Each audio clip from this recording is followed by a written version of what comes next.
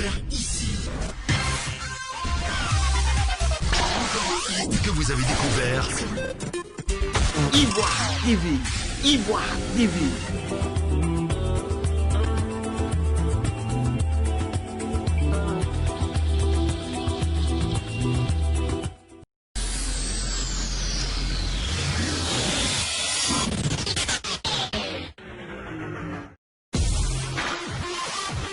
Chers téléspectateurs d'Ivoire TV, Paulette, bonjour et soyez les bienvenus à votre émission Ça fait débat. Aujourd'hui, nous recevons M. Yves Miledj, délégué national à Liberté et Démocratie pour la République, leader, chargé du commerce et de l'industrie. Avec lui, nous allons faire le décryptage de l'actualité sociopolitique. Bonjour M. Miledj. Bonjour M. Seka.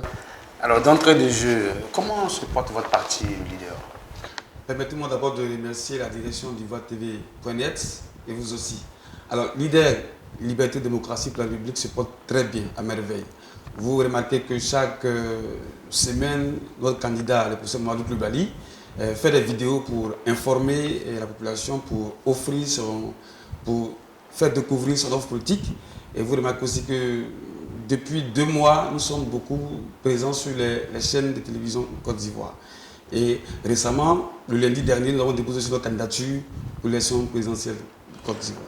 Alors revenons quand même à la parution hebdomadaire de votre leader sur les réseaux sociaux. Pourquoi une telle stratégie? Véritablement, cette stratégie répond à la vision que le leader a de la Côte d'Ivoire.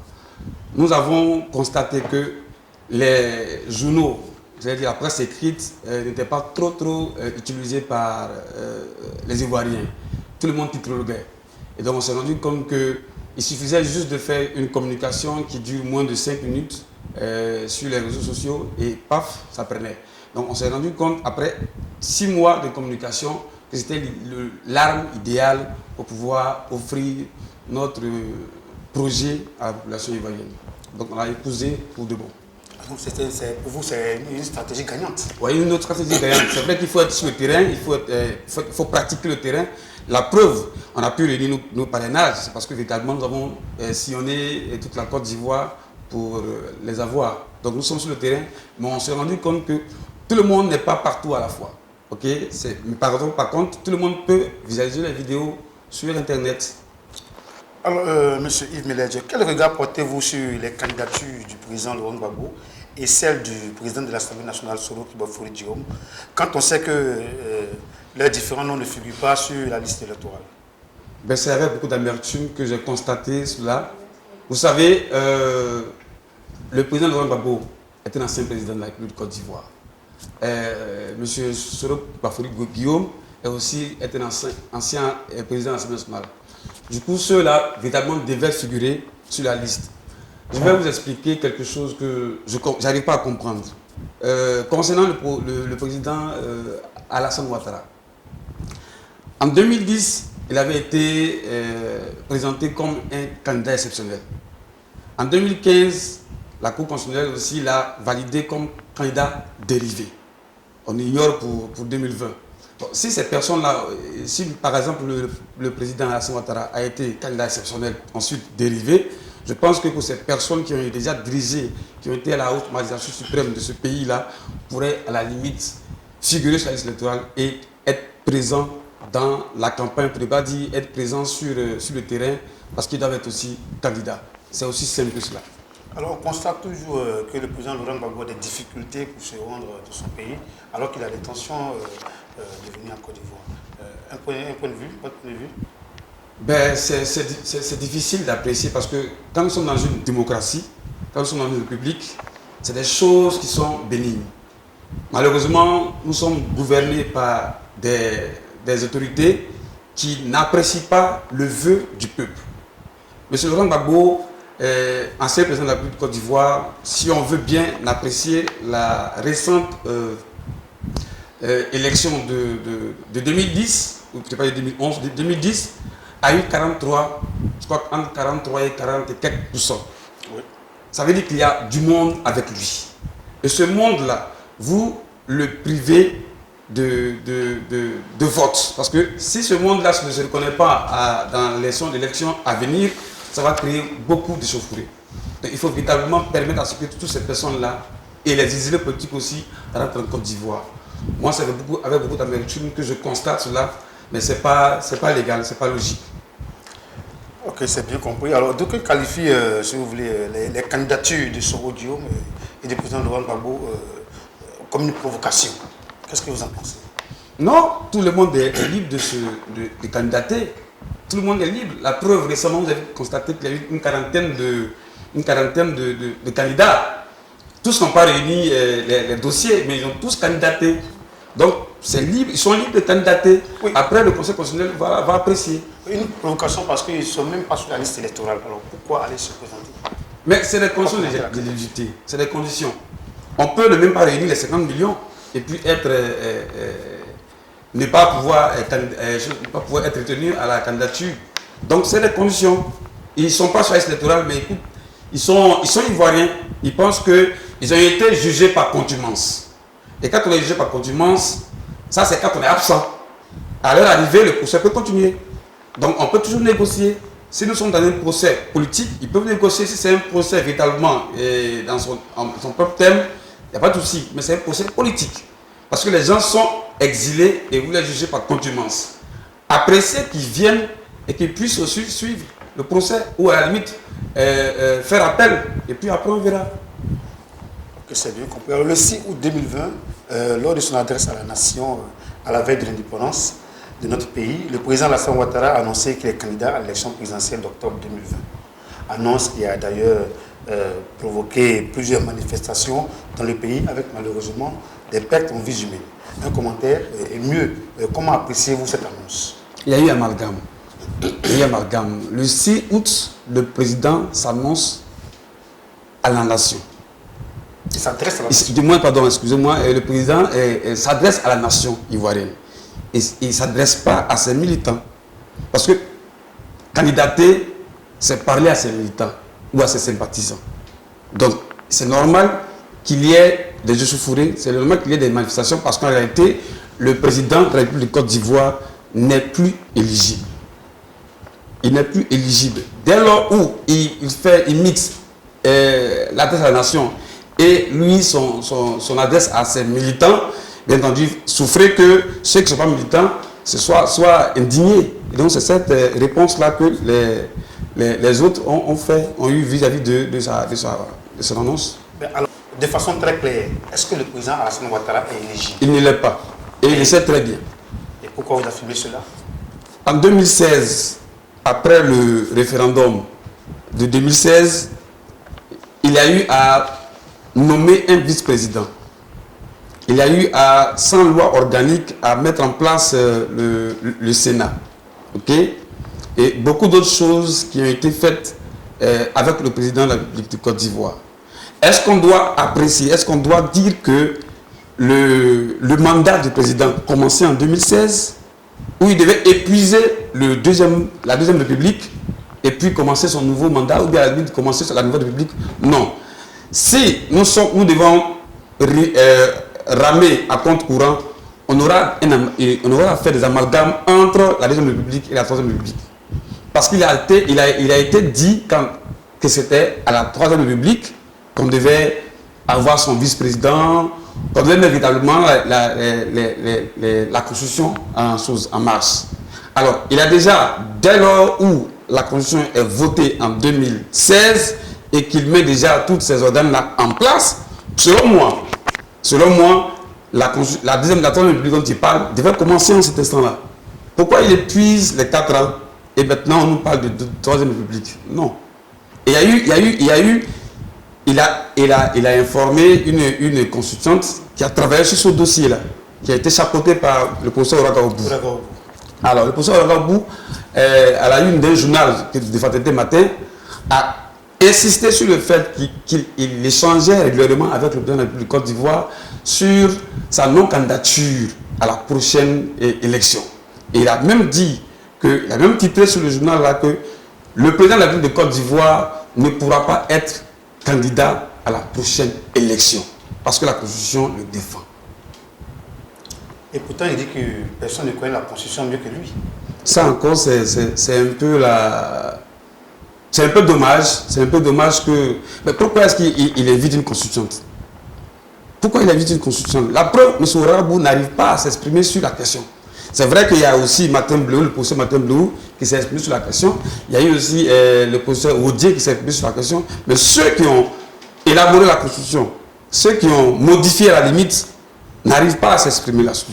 Et c'est un peu dommage parce que dès que la constitution est votée en 2016, pendant la crise sanitaire, pendant la Covid, il a eu à modifier cette constitution-là, à l'insu des Ivoiriens. Quand je dis des Ivoiriens, ce n'est pas le congrès qui l'a invité là-bas, ce n'est pas un congrès en plénière.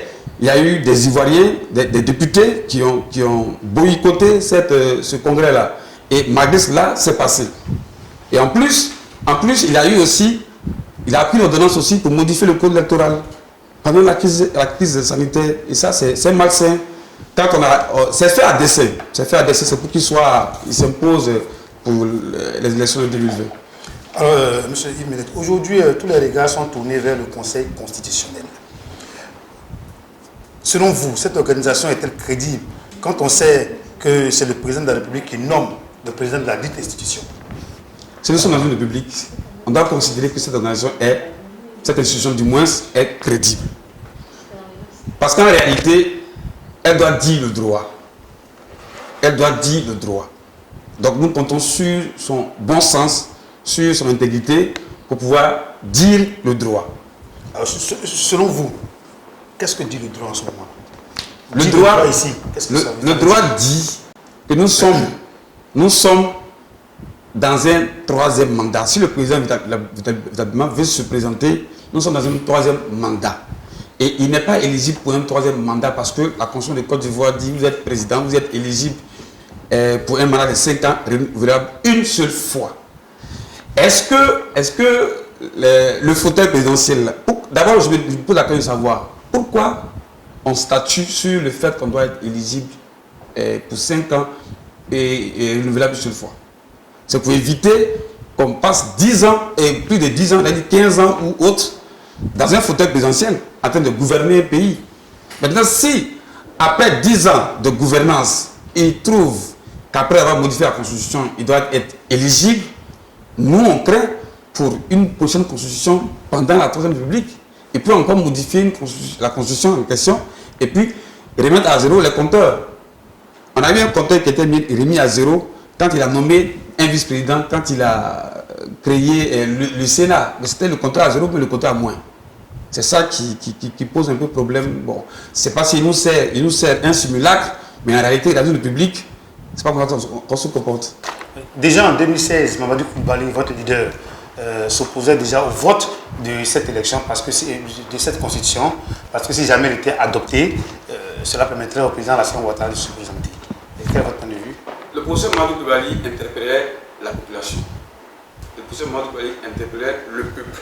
De ce que si nous laissons le monsieur, à la limite, le président de la République, continuer avec sa constitution, il peut s'avérer qu'il soit rééligible. Je vous explique.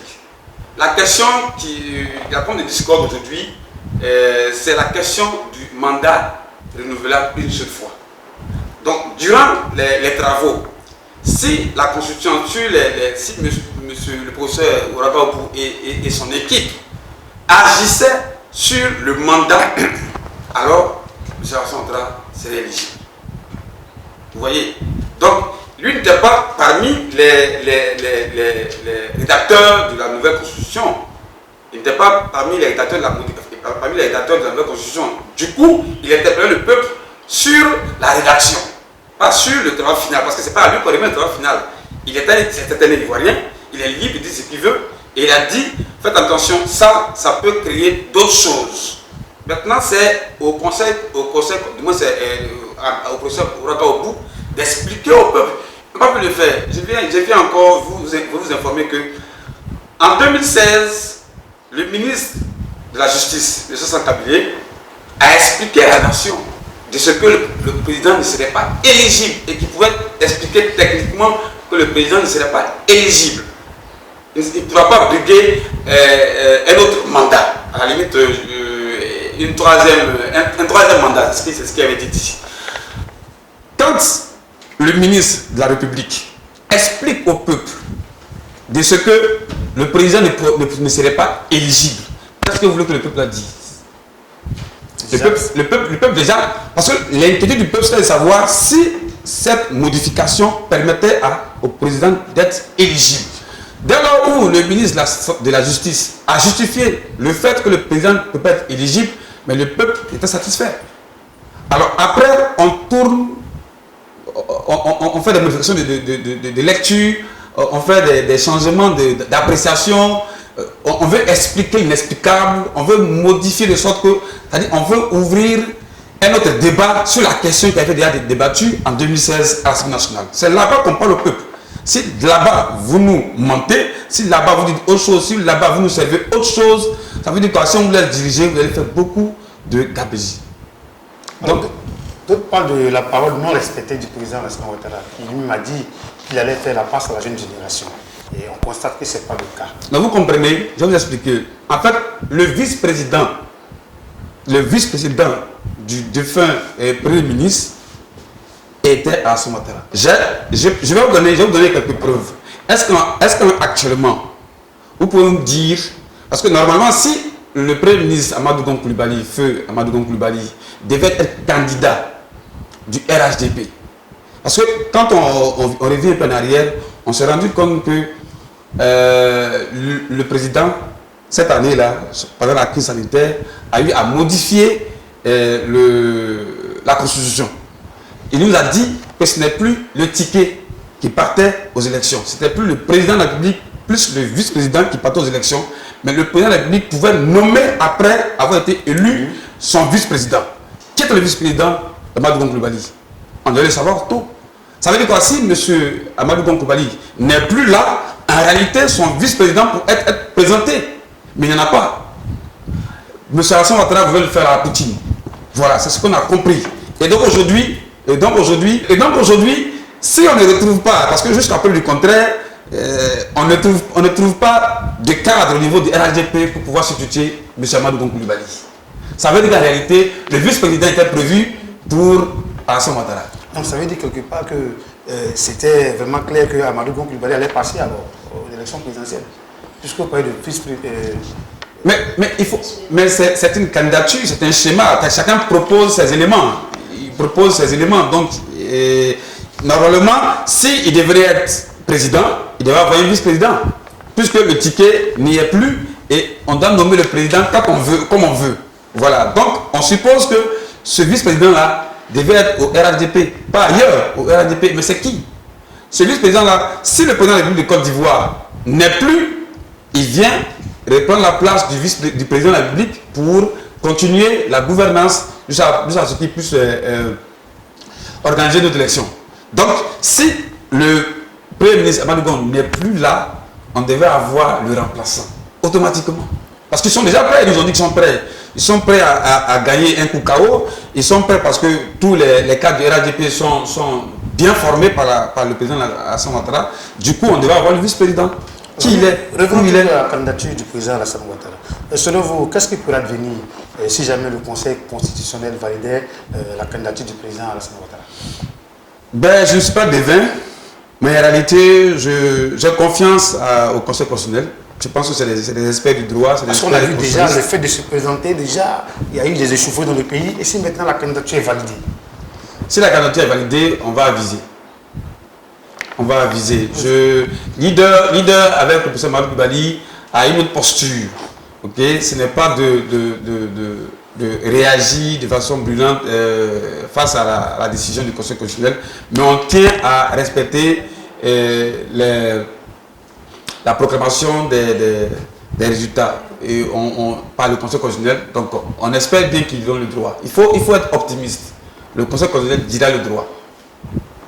Ok, c'est bien compris. Alors l'archevêque d'Abidjan a affirmé dans un communiqué à la cathédrale Saint-Paul du Plateau que la candidature du président Alassane Ouattara n'est pas nécessaire. Bien entendu, elle n'est pas nécessaire. Elle n'est pas nécessaire parce que le RHDP est un parti, je ne sais pas, souvent je me pose la question de savoir qu'est-ce qui empêche le RHDP de sortir dans son logo les différents logos des autres partis politiques. Qu'est-ce qui les empêche? Parce qu'aujourd'hui, l'UDPC est parti, PIT est parti, je sais pas, même GPS qui était dans le RDR est parti, il ne laisse que le RDS. Pourquoi ils n'y vont pas? Pourquoi ils n'enlèvent pas ça? Donc, je vais dire déjà que quand on dit que le RHDP est formé, le RHDP est prêt à gouverner ce pays, le RHDP est un bilan inattaquable, mais ça veut dire qu'au sein du RHDP, il y a des gens, le président Alassane Ouattara, il y a d'autres cadres qui pourraient... En tant qu'homme de Dieu, est-ce que l'archevêque avait le droit d'affirmer cela? L'archevêque de Côte d'Ivoire est au même rang que l'imam principal de Côte d'Ivoire, au même rang que les autres. Alors, ils sont tous ivoiriens. Ils sont aussi acteurs de la situation que nous vivons. C'est parce que, véritablement, par le passé, ils n'ont pas été réalistes que beaucoup de choses sont advenues.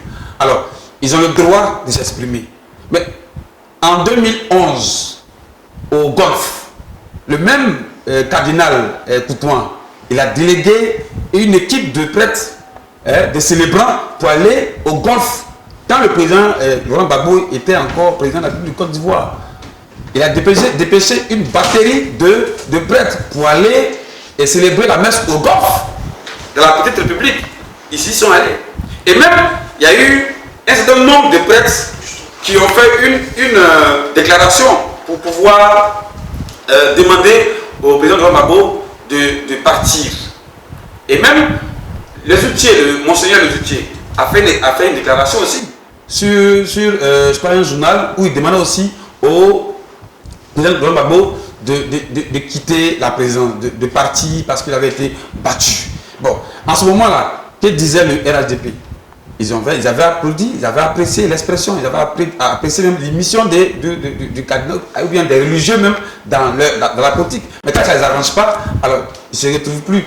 Alors, en guise de réponse, les 4 catholiques du RHDP ont donné la réplique dans le même lieu, c'est-à-dire à la cathédrale Saint-Paul, à travers une conférence de presse animée par le ministre Adjoumani, pour qui un haut responsable de l'Église doit rassembler et non diviser.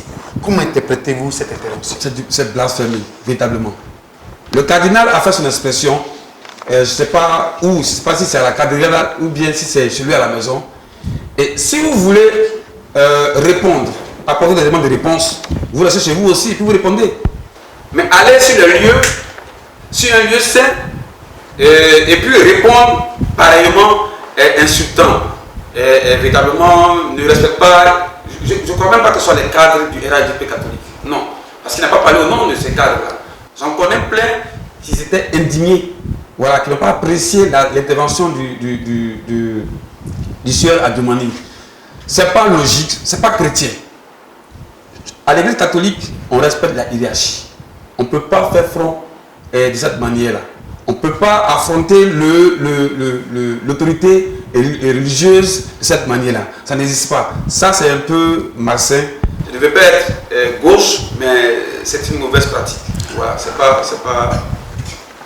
Alors, vu l'actualité sociopolitique actuellement en Côte d'Ivoire, est-ce que selon vous, l'élection présidentielle d'octobre 2020 pourra-t-elle vraiment se tenir à la date indiquée?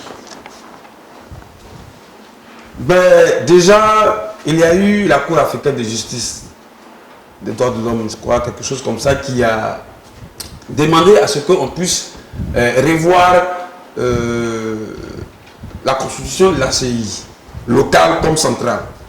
Et jusque-là, ce n'est pas encore fait. Le gouvernement fait la sourde oreille, et jusque-là, ce n'est pas encore fait. Nous avons aussi ce que nous constatons au niveau des revendications de la population. Nous avons foi de ce que le Conseil constitutionnel dit de droit pour apporter la calmie, de sorte que le calendrier puisse être respecté. C'est un calendrier constitutionnel, donc on a foi que ça pourra être respecté. Maintenant, si ce n'est pas le cas, écoute, on va tous décider et on sera à une phase de transition et le peuple de Côte d'Ivoire pourra se prononcer là-dessus.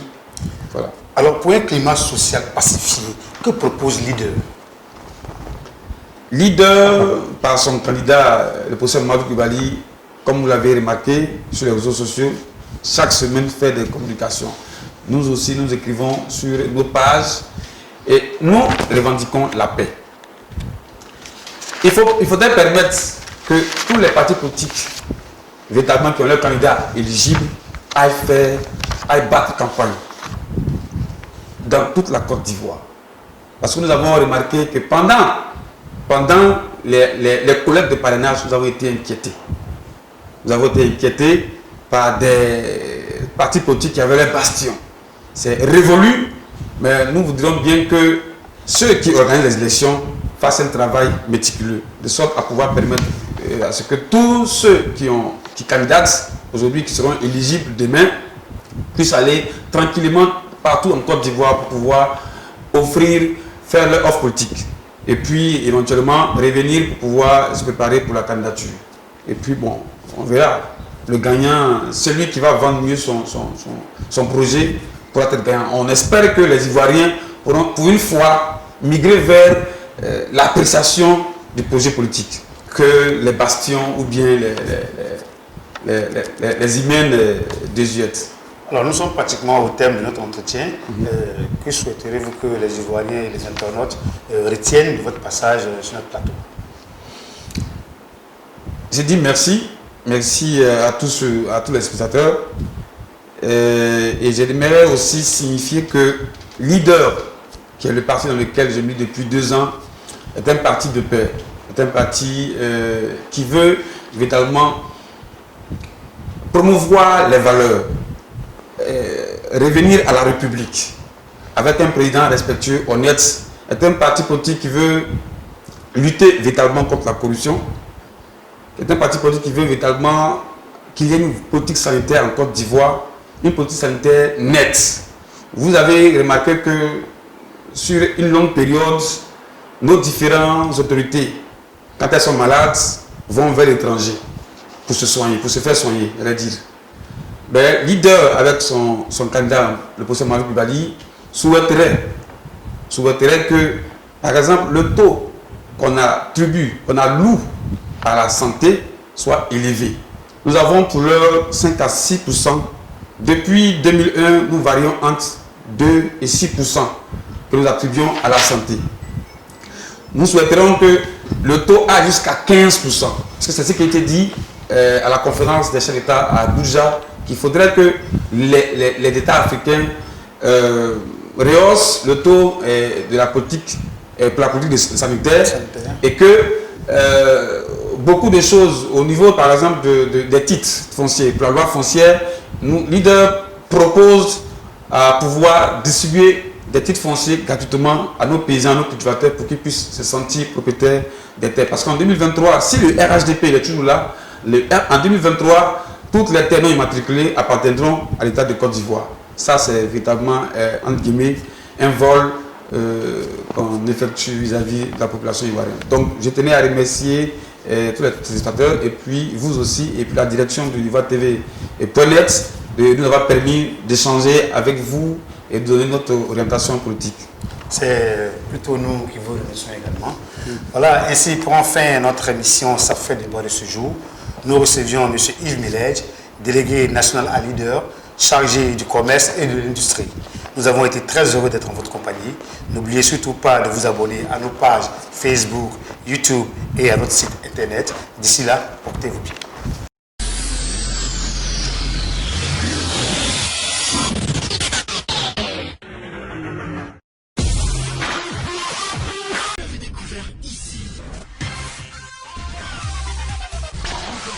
Que vous avez découvert Ivoire TV. Ivoire TV.